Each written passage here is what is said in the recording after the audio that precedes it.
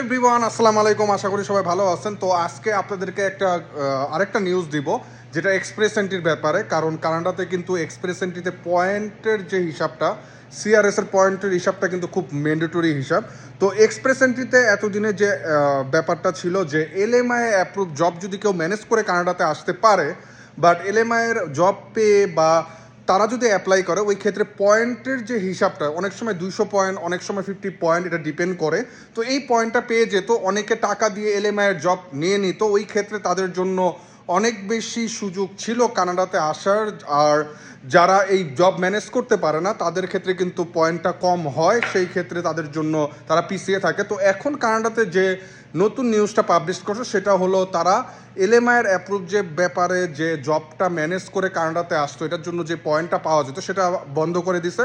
তো এটা আমার কাছে মোটামুটি মনে হয়েছে এটা ভালো নিউজ। যারা ইলিজিবল তারা কিন্তু অবশ্যই কানাডাতে এখনও পর্যন্ত হিউজ পরিমাণে সুযোগ আছে এক্সপ্রেস এন্ট্রিতে আসা, বাট অবশ্যই ইলিজিবল হতে হবে।